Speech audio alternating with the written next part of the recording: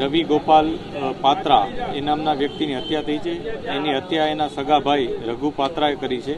બંને એક જ મકાનમાં રહેતા હતા સાથે. બંને વચ્ચે કોઈક અંગત કારણોસર આ ઝઘડો થયો હોય અને ઝઘડાના પરિણામ રૂપે એણે પોતાના સગા ભાઈની હત્યા કરી હોય એવું જણાય છે. એના પેરેન્ટ્સથી પણ અમે પૂછી રહ્યા છીએ અત્યારે, અને ઇન્વેસ્ટિગેશનના જે બીજા પાસાઓ એ પણ તપાસી રહ્યા છીએ. અત્યારે પોલીસ તત્કાલ 8:30ની આ ઘટના છે, તત્કાલ ત્યાં પહોંચી ગઈ હતી અને જે સાયન્ટિફિક એવિડન્સીસ હોય એ પણ અમે અત્યારે ભેગા કરી રહ્યા છીએ. આ ઉપરાંત જે વિટનેસ છે એને પણ તપાસી રહ્યા છીએ અને જે આરોપી અહીંથી જે હત્યા કરી નીકળી ગયો છે એની તપાસ પણ અત્યારે ચાલુ છે.